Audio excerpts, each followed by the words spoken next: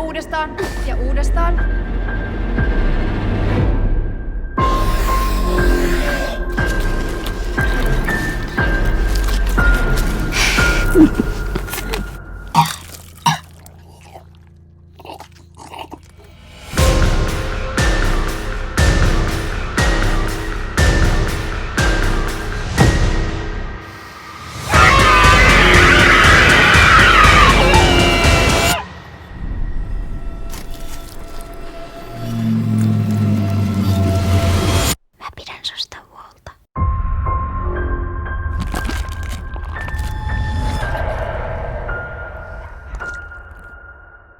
Hannah, first off, I really love the animatronic in this film. Can you just talk about finding the right designer for it? It was a very inspired choice.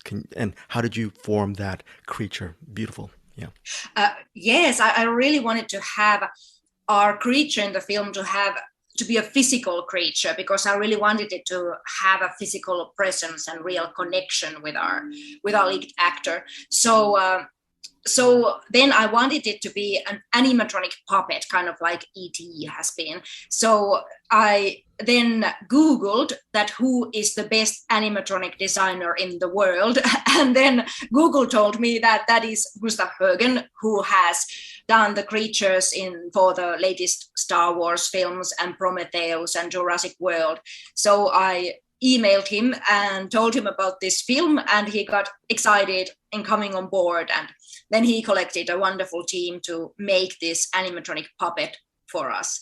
And in the shootings, there was 5 puppeteers around the puppet, moving its body with rods, and Gustav was there moving all the facial expressions and fingers with remote controls. And then in post, we just erased those puppeteers, and this monster on screen is what we created in the shootings.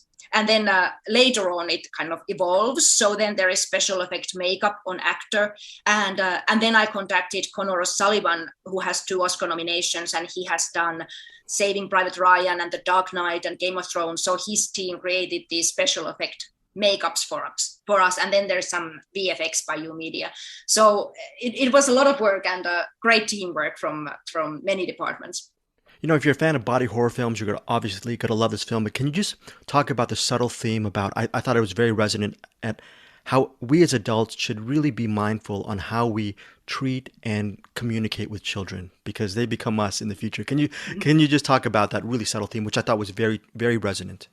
Yeah, in this film, I really wanted to tell about this, I would say a twisted mother-daughter relationship, where the mother kind of thinks that her daughter is there to fulfill her own kind of unfulfilled dreams. So she kind of pushes herself to succeed in sport and kind of to be there so that she can present her daughter and her whole family in her Instagram vlog videos. And so she's kind of person who tries to find happiness for herself through her daughter. And there's some feelings like aggression or sorrow or neediness that she doesn't want to see and face in her daughter. And so she doesn't really accept her daughter fully as she is. And that's all the film is about accepting the other person and yourself as you are, fully as you are, with all your flaws and with all the difficult emotions as well. My final question for you, Hanna, is a two-part question. This is a question for cinephiles. I was listening to a podcast and you said you grew up watching as a kid the films of Visconti, Hitchcock, and Kurosawa.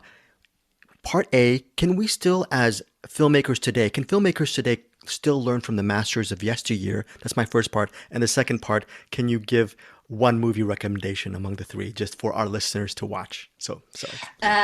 Yes, well, I've always loved many kind of films from different countries, from different eras, and I think the great old classics never grow old. You can watch old silent films from Hollywood that are still, from Buster Keaton and Chaplin, that are still wonderful and that can still teach us a lot. So definitely you can.